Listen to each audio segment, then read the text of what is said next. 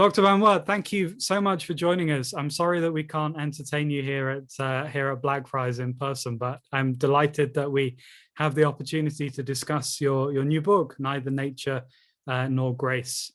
Perhaps you could just start by telling us a little bit about the book and what led you to this line of research. Sure. Well, again, thank you very much for the chance to talk about it. So the book overall is really an exploration into how it is that our finite creaturely concepts work when applied to the infinite, inconceivable God. I've been interested in that sort of question, how finite human language works in reference to God for a long time. And so this book is largely an attempt to get greater clarity on that question and hopefully to avoid some common mistakes when it comes to thinking through those sorts of things. And I suppose if we were looking at the theological scene at the middle of the Second World War, we'd see two great trajectories in theology, both of them moving away from modernism or liberalism with a capital L.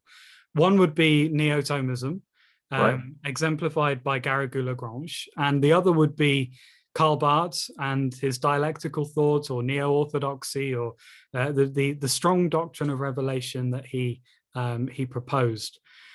Your work is interesting because it engages both of those two trajectories. What led you to that, and what promises does that hold for contemporary theology? Sure. Well, on the personal side of things, I'm a convert to Catholicism, and a large part of my intellectual formation as an evangelical took place in conversation with Karl Barth. But as I discovered Thomas through folks like Reinhard Hutter and others, I saw another just incredible resource for thinking through the faith. And so I've tried to find ways to put those two in conversation for a while.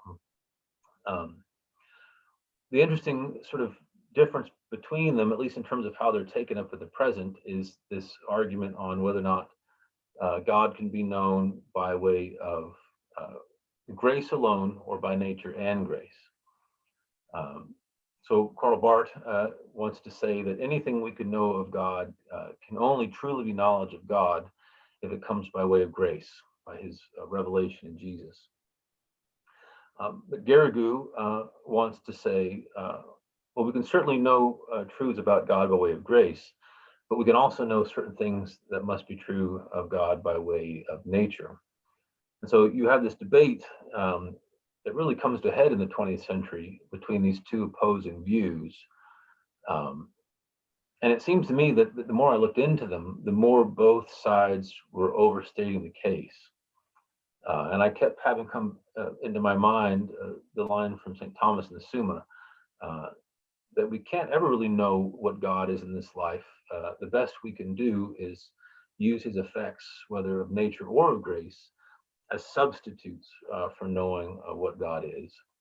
And it seemed to me that both Garrigou-Lagrange and Bart were not using the effects as substitutes, but were using them as sort of quasi-definitions of God or the like. Mm-hmm. So in a sense, would it be right to say that in your view, Garrigou is a little bit over-optimistic with regard to human intellect and Karl Barth is a bit too pessimistic? I think that's true, and over-optimistic in terms of what we can know of Christ as well, of God by way of Christ on the Bart side, yeah. Okay. What, I mean, obviously there are two factors which seem to be in play there. One is straightforward human finitude, the fact that the finite never has capacity for the infinite. And the other is original sin and the fact that our intellects are fallen and suffer with the various effects of the fall. What's the balance to be struck between these two aspects of the creaturely situation in your assessment? Well, what I want to argue is that that we can know a great deal of things that must be true to say of God. certainly by way of his revelation, and at least theoretically, according to Vatican I, by way of natural reason, we can come to know that certain things must be true to say of God. But I want to follow what I think is Aquinas's lead and say, well, we can know what's true to say of God by way of these two avenues. We can't really know how those things are true in God. Mm-hmm. So we can know with great confidence what we mean, but we can't really know what we mean, if you like. So there's no abdicating our intellectual responsibilities with regard to the content of the gospel, but also there's no cheap route to obtaining knowledge of God as he really is. That's exactly right. Yeah, I'm not arguing, as apophatic as the position I'm arguing for is, it's not agnosticism. We can know with the greatest possible certainty the things that must be true to say of God. But what makes them true or how they're true, this is beyond our ability. And one of the interesting features of your account of Garrigou is the investigation, obviously, of the doctrine of analogy. And no assessment of Bart and Aquinas can avoid the famous dispute about the analogy of being. No matter how hard we try, we have to deal with it. Now, one of the features, if I read you correctly, is that your account of the doctrine of analogy is very robustly grammatical. It doesn't proceed from, let's say, a doctrine of participation or any metaphysical correlates, or at least your metaphysics underpinning it is somewhat reduced, maybe from Garrigou's account. That's right. Yeah, I'm convinced by folks like McInerney and others that analogy is primarily a linguistic or a logical construct, and not properly speaking a metaphysical one.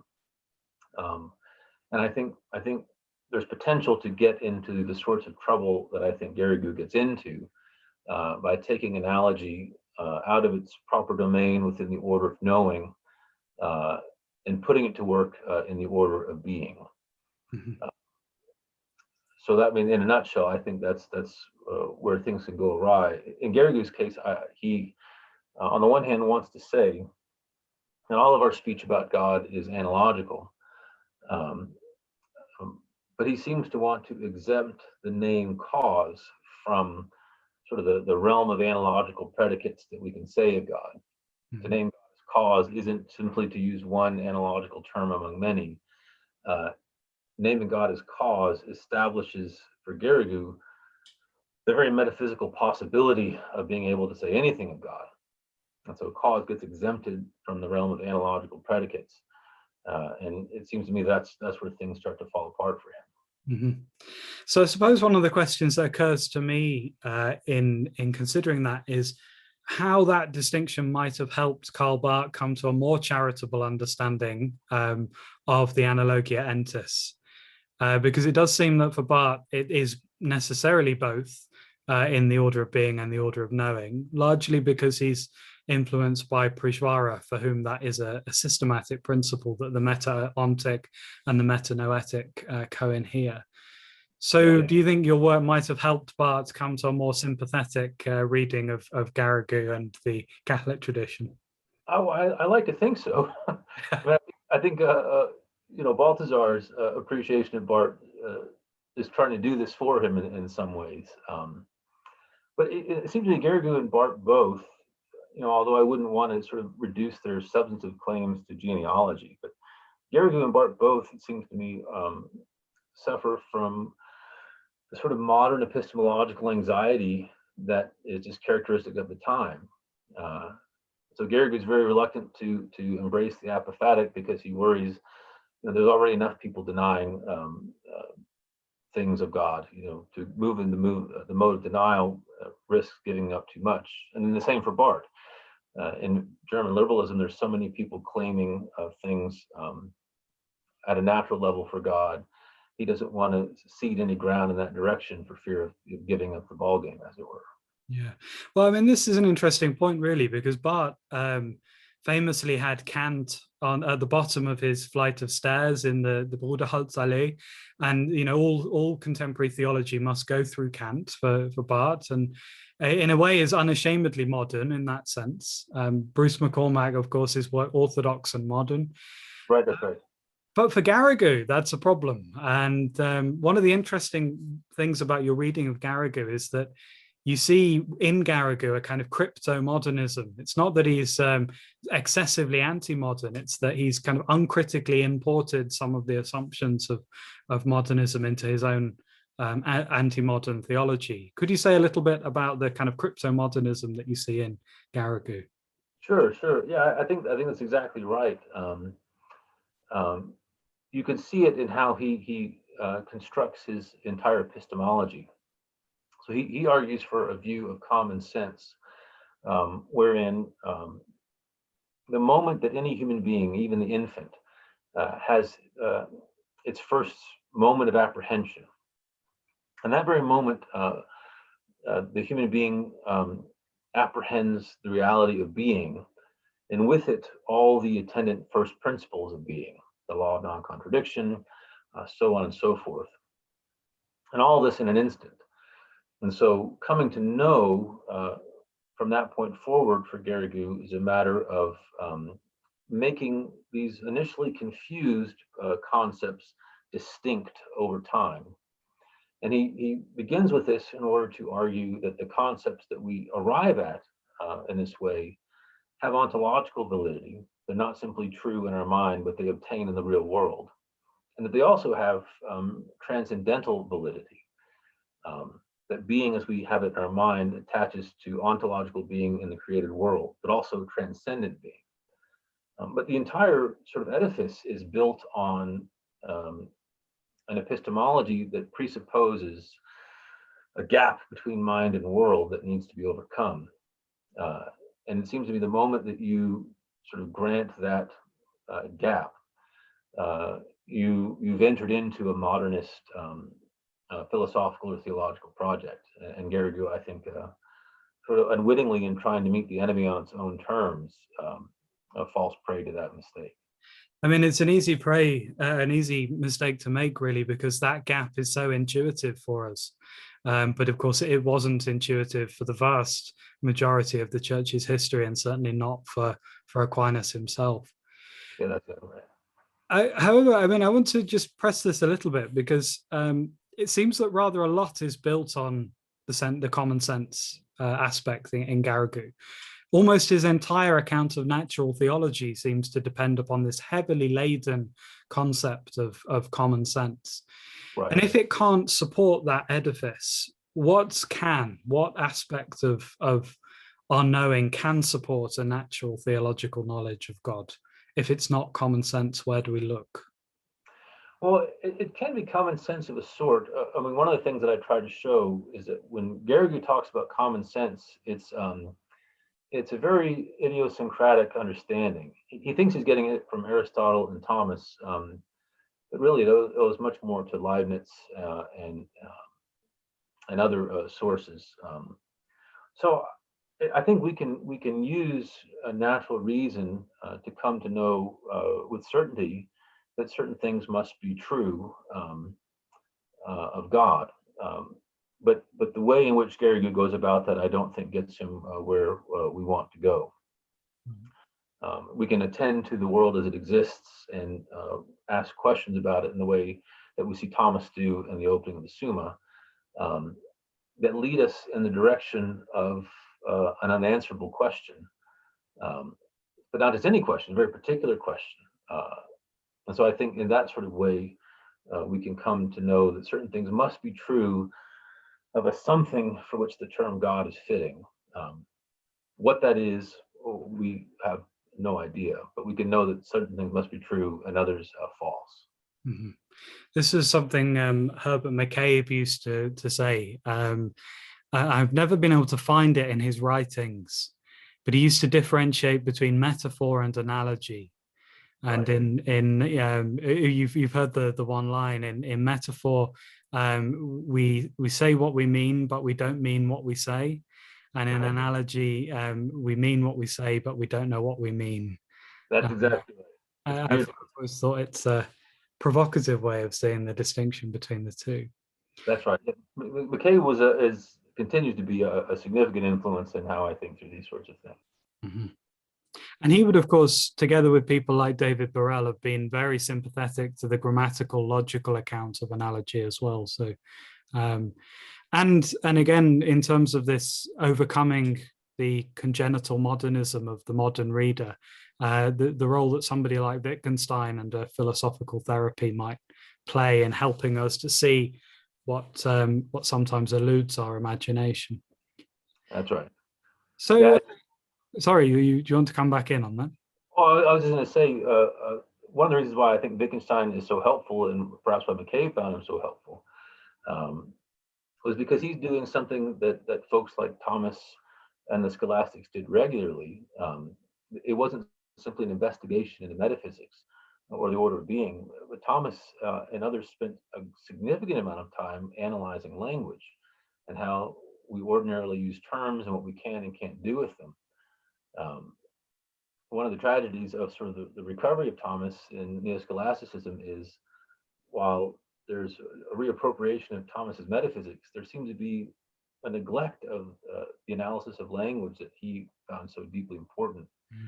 Wittgenstein is really helpful, and I think recovering that side of Thomas and stripping away some of the varnish that's been lacquered on top of Thomas in the present. Mm-hmm. Yeah, I think it's often forgotten that Aquinas is a wordsmith. His Latin is so clear that you could almost learn Latin from reading it. Right. He's a poet, you know, his Eucharistic poetry is famous, but I mean, those of us who've been privileged to engage the texts of the Summa, you know, we really realize this is a man who has made his home in a certain type of language, and is pushing language to the edge of its functional capacities. And yeah, that sometimes that has been obscured, I think, by the work of translators, which of course is necessary now. But Sure. so we've talked a little about Aquinas. Let's say something about Karl Barth. Sure. And what is it that you want to take from Barth? Well, one of the things that I love about Bart is he is serious about the admonition from St. Paul to take every thought captive for Christ. And so, you know, passages like Colossians 1:15 through 20, where we see just sort of how creation is shot through with the Son. I appreciate his willingness to see how far that goes. Now, interpreters of Bart, I'm less enthusiastic about than Bart himself. These days, you're sort of stuck. You have to choose either between the neo-orthodox Bart of George Hunsinger or the late John Webster, which emphasizes the little c Catholicity of Bart's writing, and then this sort of post-metaphysical Bart that we see in Bruce McCormick, which seems to want to complete what Bart started to do but didn't finish, and that is to strip all the classical, metaphysical, and Hellenistic baggage out of theology and reconceive it in post-metaphysical modernism. I don't find either of those particularly helpful, although I do think that both are pointing to places in Bart's text that lend themselves to those interpretations. I think there's a way of reading Bart and appropriating his Christological insights without ignoring those places where he seems to be saying what the other side wants to ignore, so to speak. Mm-hmm. Yes, I share some of the ambivalence about this bifurcation, Hunsinger and Molnar versus McCormack and Jensen, I suppose, to a certain extent. It might just be worth saying for those who've not had the other pleasure of diving into this literature that a lot of this revolves around the relationship between the doctrine of election and the doctrine of the Trinity. And right. The doctrine of election, or the act of election for Hunsinger, would be expressive of an antecedent Trinity, whereas for McCormack, God's being is in becoming, and therefore the act of election is constitutive of the Trinity. There is no God other than the God who determines to be God's self in the person of Christ. And it's very hard for a non-Barth specialist such as myself to arbitrate on which is the correct reading of Barth. And I have my I have my own dogmatic sympathies with the Hunsinger reading because of my Thomistic commitment to divine simplicity. But when it comes to which is the better reading of Barth, there's such a vast corpus and so many texts to square with one another. Right. Elements of inconsistency, elements of hyperbole, even in Barth's text, that it's very hard for us to take a definitive view. I do sometimes wonder if Barth himself saw this coming and wasn't comfortable with the implications of that shift which takes place in the doctrine of election, whether he sort of saw the implications that that might have for theological ontology and wasn't comfortable with where that was going. But that's a question, I suppose, for the Barth specialist to argue over. But I wondered if you did have a view on which is the better reading of Barth. Well, I'm not sure I would want to side with either one. This is something I'm still trying to think through, but I'm wondering if Barth isn't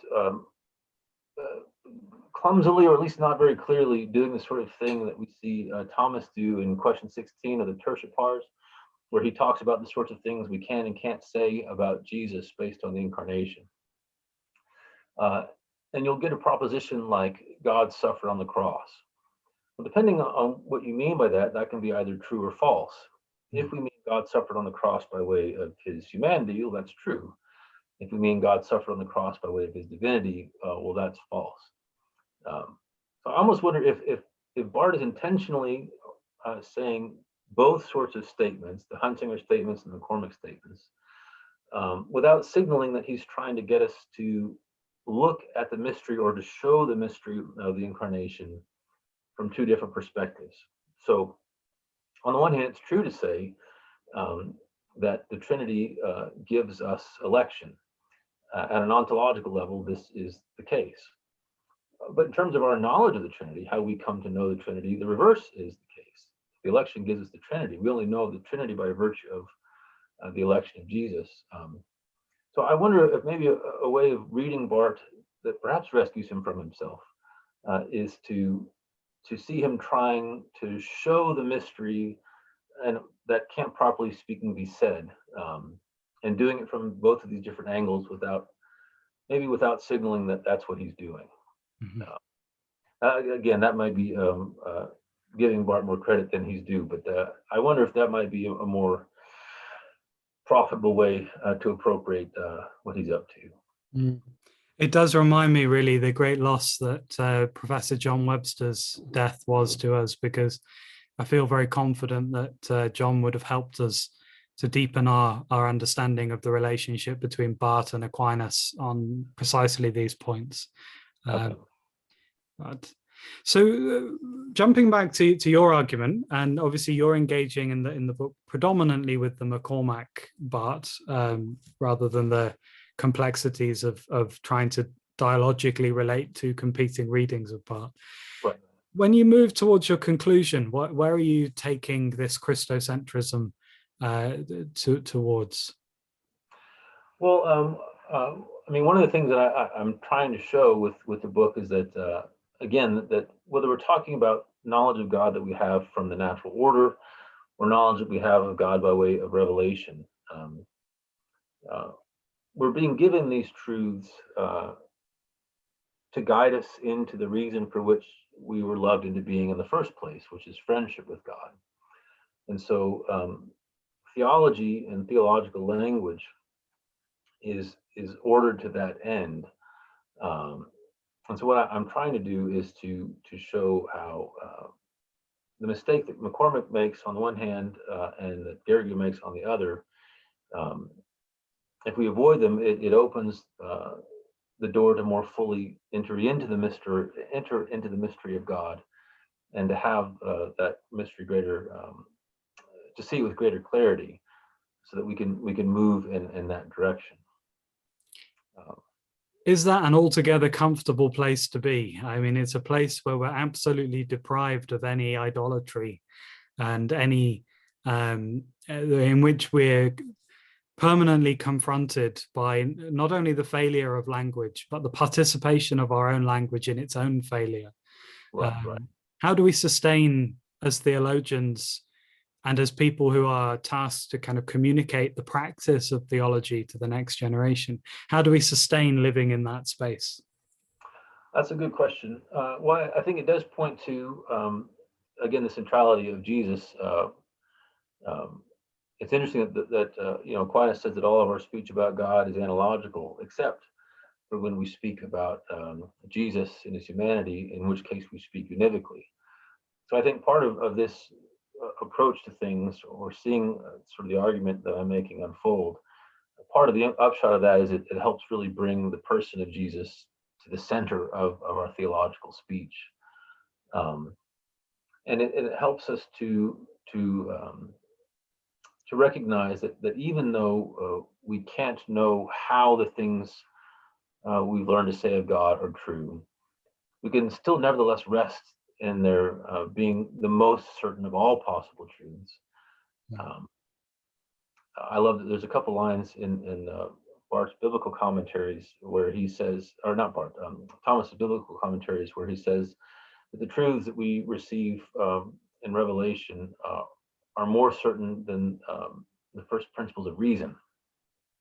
And so even though we can't grasp the full implication or how these things are true, they are superlatively certain in their truth. And so to be celebrated and explored to the fullest that we can, not to penetrate the mystery and so as to make it less mysterious, but to get greater clarity on just what the mystery is, and to worship more faithfully as a result, I think. Yeah. As I remember, Bart's theology begins in silence. That's right. I think Aquinas could agree with that, but it would be a different understanding of silence.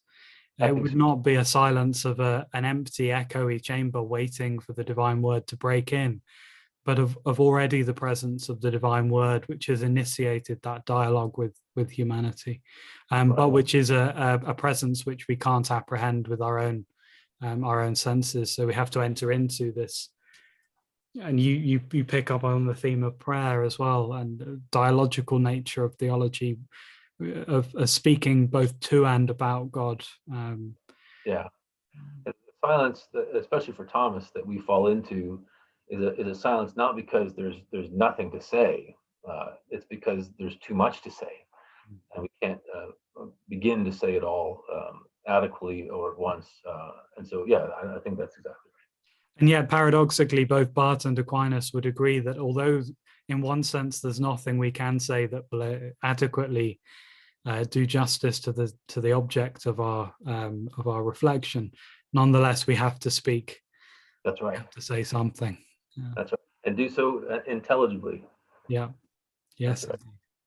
And so this book, this came out 2021, I think, or was it just at the end of 2020? Just at the end of 2020, October. Okay. And what's next for you now? Are you developing further research as we speak?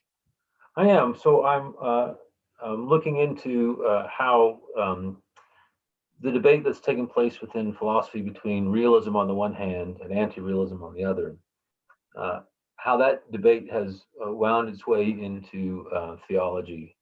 And I want to sort of perform a similar sort of therapeutic quietist move and show how this too is a confusion that doesn't properly attend to language and the distinction between the orders of knowing and being.